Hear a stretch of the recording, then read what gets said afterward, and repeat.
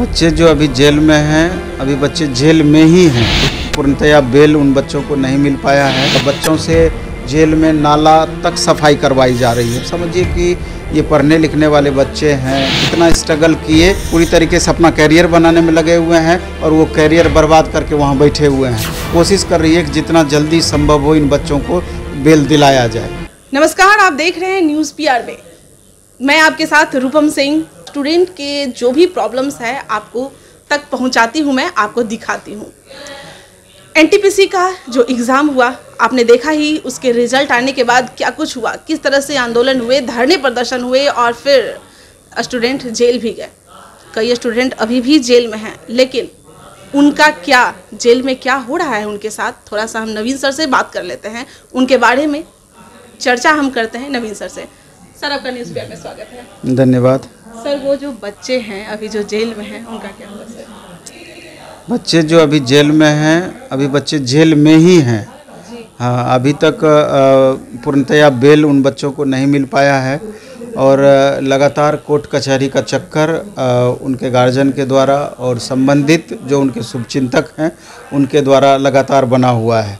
और सबसे बड़ा दुर्भाग्य ये है कि आर्थिक रूप से तंग वैसे परिवार के वो बच्चे हैं कि जो कि सही तरीके से समझिए कि वकील का फ़ी भी नहीं भर सकते हैं। कोर्ट कचहरी में जो पैसे खर्च हो रहे हैं उनकी भी भरपाई वो नहीं कर सकते हैं। तो ऐसी परिस्थिति में मदद की जहाँ तक सवाल है तो बहुत सारे टीचर लोग भी मदद कर रहे हैं, लेकिन अभी समझिए कि पूर्णतया उनको सफलता नहीं मिल पाई है और बहुत परेशानी से बच्चे भी जेल में जूझ रहे हैं।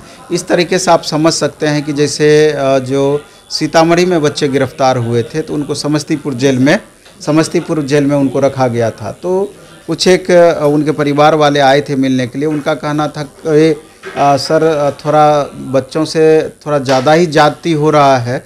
यहाँ तक हो रहा है कि बच्चों से जेल में नाला तक सफाई करवाई जा रही है। तो अब समझिए कि ये पढ़ने लिखने वाले बच्चे हैं और अगर उनसे उस तरह का वर्क कराया जाएगा, ऐसे ही वो जनवरी से लेकर के अभी तक लगातार आप समझ सकते हैं जेल में कैसे कैसे आदमी जेल जाते हैं, कैसे कैसे रहते हैं।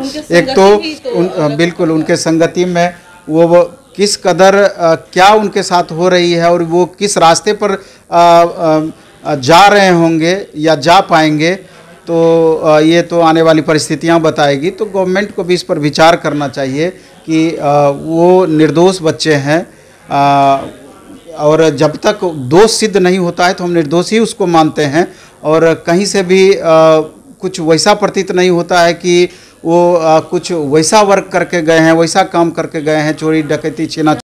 हम उन सारे बच्चों से भी कहना चाहते हैं जो बच्चे अभी एनटीपीसी सीबीटी 2 का तैयारी कर रहे हैं कि वो आप ही के लिए इतना स्ट्रगल किए और वो अभी आप पूरी तरीके से अपना कैरियर बनाने में लगे हुए हैं और वो कैरियर बर्बाद करके वहाँ बैठे हुए हैं। तो इसमें हम सभी को सोचने की ज़रूरत है। कम से कम ऐसे हम टीचरों से भी बात किए हैं कि अगर चूँकि कोचिंग खुल गई है, मैक्सिमम टीचर अपने अपने काम में बिजी हैं, लेकिन ऐसे अगर संभव नहीं है तो कुछ हम लोग आर्थिक मदद करके ही अच्छे वकील हम कर सकें अगर, और वो वकील लगातार इस बच्चों की पैरवी या लगातार बच्चों के बेल के लिए कोशिश करें तो एक अलग रास्ता निकल सकता है। वैसे coaching association of Bihar, coaching association of Bharat भी इस चीज़ में लगी हुई है। वो अपने हद से जितना उनसे संभव हो पाता है लगातार दौड़ धूप कर रही है और कोशिश कर रही है कि जितना जल्दी संभव हो इन बच्चों को बेल दिलाया जाए। सर, सीबीटी 2 का एग्ज़ाम आने वाला है और ऐसे में बच्चे वहाँ पर हैं तो उन्हें तो पढ़ने का मौका भी नहीं मिल रहा होगा। बिल्कुल मौका नहीं मिल रहा होगा और उसमें से एक बच्चा जो राजन, जिसके बारे में आप चर्चा कर रहे थे, तो हालांकि उनका एलडीसी का एसएससी एलडीसी का वेरिफिकेशन था तो पुलिस कस्टडी में ही टेम्पोररी बेल के माध्यम से उसका वेरिफिकेशन करवा लिया गया। ये उस बच्चे के लिए थोड़ी सी राहत है, लेकिन अन्य उसमें बच्चे हैं जिनका एनटीपीसी सीबीटी 2 का एग्ज़ाम होना है तो निश्चित रूप से उनके करियर पर बहुत ज़्यादा बुरा इफेक्ट पड़ रहा है। चलिए, तो एनटीपीसी के एग्ज़ाम में जो उन सारे बच्चों के हक में वो बच्चे भी वहाँ पर गए हुए थे, हालांकि वो अभी जेल में है, लेकिन कई बच्चे जो बाहर में बच्चे हैं वो अपने कैरियर को संभालने में लगे हुए हैं।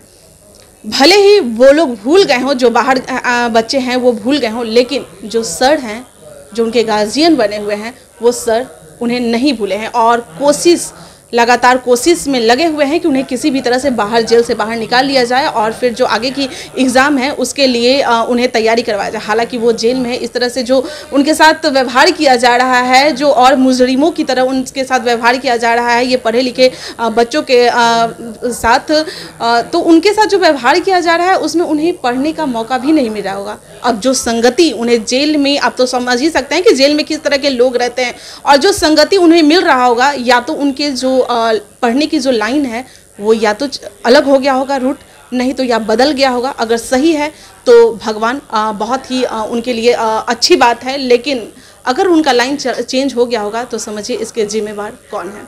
चलिए तब तक बने रहें न्यूज़ PR के साथ।